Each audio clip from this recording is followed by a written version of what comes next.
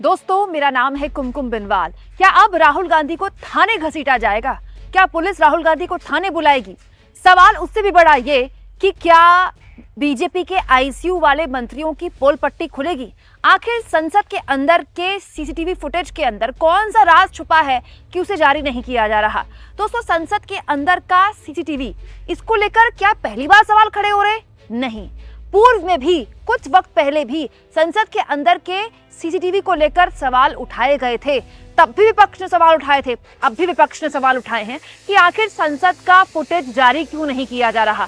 सब कुछ मैं आपको तफसील से बताऊंगी। साथ में आपको ये भी बताऊंगी कि कैसे राहुल गांधी को अब थाने घसीटने की तैयारी की जा रही है। लेकिन पहले जान लीजिए दोस्तों कि दिल्ली पुलिस अब इस पूरे के पूरे मसले पर कैसे एक्शन मोड में है। क्या आप जानते हैं दोस्तों, इस खबर के मुताबिक दिल्ली पुलिस संसद के अंदर जो कथित तौर पर धक्का मुक्की हुई, कथित तौर पर मैं इसलिए कह रही हूँ क्योंकि इसका कोई अभी तक सबूत पेश नहीं कर पाई है, न तो कांग्रेस न तो बीजेपी। तो संसद के अंदर जो धक्का मुक्की हुई, जिसमें बीजेपी का ये आरोप है कि राहुल गांधी ने ऐसा धक्का मारा कि 2 बीजेपी के सांसद आईसीयू पहुंच गए। हालांकि वो 2 बीजेपी के सांसद आज बाहर आने वाले हैं। हो सकता है कि पुलिस उनका बयान ले या फिर उनके खिलाफ, राहुल गांधी के खिलाफ दोनों सांसद और शिकायत करे पुलिस में। लेकिन बड़ा सवाल ये है कि इस पूरे के पूरे मुद्दे पर अब दिल्ली की क्राइम ब्रांच जांच कर रही है। जी हाँ दोस्तों, दिल्ली की क्राइम ब्रांच ने यह तय किया है इस खबर के मुताबिक कि वो पूरे के पूरे सीन को रिक्रिएट करेगी। रिक्रिएट करना मतलब मौका वारदात में पुलिस जाती है, उसके बाद पूरा का पूरा सीन दोबारा से रिक्रिएट किया जाता है। कुछ लोगों को खड़ा किया जाएगा, कुछ लोगों को इधर खड़ा किया जाएगा, किसी को राहुल गांधी बनाया जाएगा, किसी को बीजेपी के सांसद के तौर पर खड़ा किया जाएगा, और फिर सब दोबारा से उस सीन को रिक्रिएट करेंगे कि किसने कहा किसी को कोहनी मारी होगी, किसने कहा किसको धक्का दिया होगा, कौन किस पर गिरा होगा, और फिर किसके सर पे चोट आई होगी और किसके आईसीयू में जाने की नौबत आ गई। तो ये दिल्ली की क्राइम ब्रांच की पुलिस कर सकती है इस खबर के मुताबिक। दोस्तों, मैं ये जानना चाहती हूँ कि इतना तमाशा क्यों? संसद के चप्पे चप्पे पर कैमरों की निगरानी है। जब से संसद पर आतंकी हमला हुआ था, उसके बाद से संसद की जो सुरक्षा है हर साल लगातार बढ़ाई जाती है। परिंदा पर नहीं मार सकता, संसद में इतने कैमरे लगे हैं। जहां भी राहुल गांधी ने धक्का मुक्की की है, वहां जरूर संसद का कोई ना कोई कैमरा होगा। तो उस कैमरे की फुटेज को खंगाला जाए और पुलिस को सौंप दिया जाए। कहीं ऐसा तो नहीं कि कैमरे की फुटेज को खंगाला जा चुका है और उस फुटेज में कुछ मिला नहीं, इसीलिए अब पुलिस उस पूरे के पूरे सीन को रिक्रिएट कर रही है। बड़ी हैरानी की बात है दोस्तों। और दूसरा बड़ा सवाल, राहुल गांधी के साथ जहां पर धक्का मुक्की की जानकारी बीजेपी के सांसद दे रहे हैं, वो द्वार है जहां पर न केवल इंडिया गठबंधन के सांसद प्रदर्शन कर रहे थे पिछले 15 दिन से, बल्कि वो हिस्सा है जो कि बहुत ही इंपॉर्टेंट हिस्सा है संसद का। तो अगर वहां पर कैमरा नहीं था, हो सकता है कि कैमरा ना हो वहां पर, तो अगर वहां पर कैमरा नहीं था तो संसद की सुरक्षा के साथ किसने खिलवाड़ किया, ये जानकारी भी सरकार को ही देनी पड़ेगी। लेकिन मैं एक कदम आगे जाना चाहती हूँ दोस्तों। मैं इस सवाल को आपके सामने खड़ा करना चाहती हूँ कि संसद के सीसीटीवी को लेकर क्या ये पहली बार सवाल खड़े हो रहे हैं? दोस्तों, संसद के सीसीटीवी फुटेज को लेकर दरअसल इससे पहले भी सवाल खड़े हो चुके हैं। 2018 का वो वक्त था जब विजय माल्या, याद होगा आपको, विजय माल्या करोड़ों का घपला करके हमारे सरकारी बैंकों का पैसा ले उड़ा और रातों रात चंपत हो गया। दोस्तों, उसके बाद विजय माल्या ने एक बहुत ही हैरान करने वाला और सनसनीखेज दावा कर दिया था। उस वक्त बीजेपी के वरिष्ठ नेता और स्वर्गवासी अरुण जेटली जी देश के वित्त मंत्री थे। तो अरुण जेटली को लेकर विजय माल्या ने 2018 में दावा कर दिया था कि जब वो गया देश छोड़कर, तो वो वित्त मंत्री के तौर पर अरुण जेटली को बताकर गया था। जब अरुण जेटली पर उसने इस तरह की टिप्पणी कोर्ट में की, क्योंकि वहां विदेश में उस पर केस चल रहा था, कोर्ट में उसने अरुण जेटली के ऊपर ये टिप्पणी की, तो अरुण जेटली सामने आए थे और उन्होंने बकायदा इस पर बयान दिया था। उन्होंने कहा था कि ये तथ्यात्मक रूप से गलत है और ये सच को नहीं दर्शाता है। 2014 में मैंने कभी भी उन्हें मुलाकात का वक्त नहीं दिया। इसके अलावा दोस्तों, अरुण जेटली ने कहा था कि क्योंकि विजय माल्या भी राज्यसभा के सांसद थे और वो ऐसे बात करने आता है ना, कोई ऐसे ही बात करने आए थे उनसे, लेकिन विजय माल्या से बात करने से भी अरुण जेटली ने इनकार कर दिया था और विजय माल्या के हाथ में जो दस्तावेज थे वो भी लेने से इनकार कर दिया था। और विजय माल्या से कहा था कि अगर आपके पास पैसा लौटाने का कोई जरिया है या फिर कोई आपके पास तरीका है तो आप बैंक से जाके बात कीजिए, मुझसे आके बात मत कीजिए। और अरुण जेटली ने अपना साफ तौर पर बयान दिया था कि किसी भी हाल में विजय माल्या से उनकी इस तरह से कोई बात नहीं होती कि विजय माल्या ने उनको बताया हो कि मैं विदेश भाग रहा हूँ। दोस्तों, उस वक्त कांग्रेस पार्टी के राज्यसभा सांसद थे पीएल पुनिया ने मीडिया में बात कही थी कि अरुण जेटली और विजय माल्या के बीच जो भी बातचीत हुई है वो संसद के सीसीटीवी में कैद हुई है, तो वो सीसीटीवी फुटेज जारी किया जाए।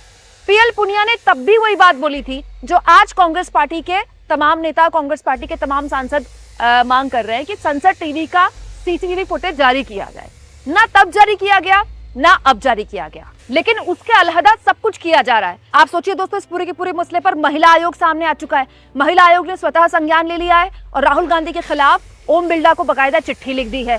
बीजेपी के सांसदों पर के इस शिकायत पर पुलिस ने एक्शन ले लिया है और अब जानकारी आ रही है कि पुलिस राहुल गांधी को थाने बुला सकती है पूछताछ के लिए। भाई राहुल गांधी पर आरोप है कि उन्होंने उन बीजेपी के सांसदों को ऐसा धक्का मारा कि आईसीयू पहुंच गए वो लोग, तो राहुल गांधी को बुलाया जाएगा, तो राहुल गांधी अपना पक्ष भी रखेंगे।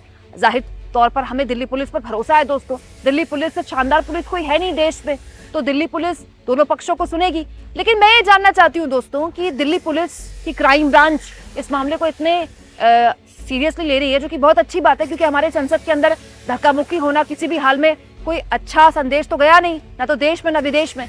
तो दिल्ली की कानून व्यवस्था को लेकर भी दिल्ली पुलिस क्या ध्यान दे रही है? क्योंकि दोस्तों दिल्ली पुलिस आती है अमित शाह के अंडर। अमित शाह यानी कि देश के गृह मंत्री, ये वही अमित शाह है जिनके खिलाफ कांग्रेस पार्टी और इंडिया गठबंधन विरोध कर रहा है। किस मामले को लेकर? अंबेडकर के अपमान के मामले को लेकर। तो अमित शाह की दिल्ली पुलिस अगर राहुल गांधी को थाने बुला सकती है, जो कि बहुत अच्छी बात है, अमित शाह की दिल्ली पुलिस अगर इस पूरे की पूरे घटना को रिक्रिएट कर सकती है दोबारा से, ताकि और बेहतर तरीके से जांच हो, ये भी बहुत अच्छी बात है। अमित शाह की दिल्ली पुलिस के पास बीजेपी के सांसद जा सकते हैं अपनी शिकायत लेकर और उस पर वो एक्शन ले सकती है, ये भी बहुत अच्छी बात है। तो क्या अमित शाह की दिल्ली पुलिस दिल्ली की कानून व्यवस्था को लेकर कुछ ध्यान उसका है? अरविंद केजरीवाल का अगर आप सोशल मीडिया हैंडल देखें दोस्तों, तो आपको सिलसिलेवार तरीके से हर दिन कोई ना कोई घटना ऐसी मिल जाएगी जिसमें दिल्ली में लगातार कानून व्यवस्था का माहौल उड़ाया जा रहा है। देश की राजधानी दिल्ली में दोस्तों मतलब ऐसे क्राइम की घटनाएं हो रही हैं कि आदमी सर पकड़ ले। अब दिक्कत ये दोस्तों कि 2014 से पहले जब दिल्ली में कोई क्राइम की घटना होती थी, हेडलाइन बनती थी न्यूज चैनल्स में, दिल्ली बना क्राइम कैपिटल। लेकिन अब किस चैनल की हिम्मत होगी ऐसी हेडलाइन बनाने की? क्योंकि दिल्ली पुलिस आती है अमित शाह के अंडर, जिसके बॉस अमित शाह हैं, उनके खिलाफ आवाज उठाने की किसकी हिम्मत होगी? दोस्तों दिल्ली में ये हाल है कि हफ्ते में कई बार ऐसा होता है कि दिल्ली की जो स्कूल्स हैं वहाँ पे अलग अलग थ्रेड्स होते हैं, उसकी वजह से वहाँ पर जो बच्चे पढ़ रहे हैं उनको इनकन्वीनियंस होती है, उनको दिक्कत होती है, पेरेंट्स परेशान होते हैं, क्योंकि पूरे स्कूल को खाली कराया जाता है। अलग अलग माध्यम के जरिए दिल्ली के स्कूल्स को टारगेट किया जा रहा है। लेकिन ये घटना भी आम हो गई है, इसको लेकर भी पता नहीं दिल्ली पुलिस क्या कर रही है। तो मेरा ये सवाल है दोस्तों कि दिल्ली पुलिस इस पूरे के पूरे मामले में इतने एक्शन मोड में आई गई है कि मामले को रिक्रिएट कर रही है। थोड़ा ध्यान दिल्ली की कानून व्यवस्था पर दे ले। और दूसरा सबसे महत्वपूर्ण सवाल दोस्तों कि अगर राहुल गांधी को थाने बुलाया जाएगा तो क्या राहुल गांधी ये बात वहां भी बोलेंगे थाने में कि ठीक है आप मुझे बुला तो रहे हैं, लेकिन अब मुझे ये भी बताइए कि संसद के अंदर का सीसीटीवी फुटेज जारी क्यों नहीं किया जा रहा है? आखिर बड़ा सवाल यह है दोस्तों कि संसद की सुरक्षा की जिम्मेदारी किसके अंडर आती है? जिसके अंडर आती है, क्या वो उस फुटेज को देख चुका है? आखिर देश के आगे इस फुटेज को क्यों नहीं रखा जा रहा है? दोस्तों संसद का फुटेज संसद की सुरक्षा को लेकर ही है और सांसदों पर हमला किया गया है एक और सांसद द्वारा, तो हर लिहाज से देश के सामने फुटेज जारी किया जाना चाहिए। आखिर संसद के फुटेज को लेकर ये अजीब तरह का भ्रम क्यों पैदा किया जा रहा है? या तो संसद की तरफ से एक बयान आ जाए, जो भी अथॉरिटी संसद की सुरक्षा के लिए जिम्मेदार है वो बता दे कि भाई वहां कैमरा नहीं था जहां धक्का मुक्की हुई, या फिर फुटेज में कुछ ऐसा रिकॉर्ड ही नहीं हुआ है। ना इस बारे में कुछ बताया जा रहा है, ना ही बताया जा रहा है कि उस फुटेज में बेसिकली क्या था क्या, लेकिन उसके अलावा सब कुछ बोला जा रहा है। अगर आप इस पूरे नैरेटिव को देखें दोस्तों तो केवल एक पक्ष दिखाया जा रहा है। बीजेपी के सांसद आईसीयू पहुंच गए, बीजेपी के सांसद की पट्टी लगातार बढ़ती चली गई, बीजेपी के सांसद आईसीयू से बाहर आ गए, मोदी जी ने बीजेपी के सांसदों से बातचीत कर ली। एक पक्ष को तो सुना ही नहीं जा रहा है, उनसे तो बात ही नहीं की जा रही है। लेकिन हम उम्मीद करते हैं कि दिल्ली पुलिस इस मामले में अगर जांच कर रही है तो वो दोनों ही पक्षों को सुनेगी। आपको क्या लगता है कमेंट बॉक्स में जरूर लिखें और जितना हो सके चैनल को शेयर करें, सब्सक्राइब करें और थैंक्स और ज्वाइन के ऑप्शन से अगर आप चाहें तो कुछ आर्थिक मदद भी चैनल की जरूर करें।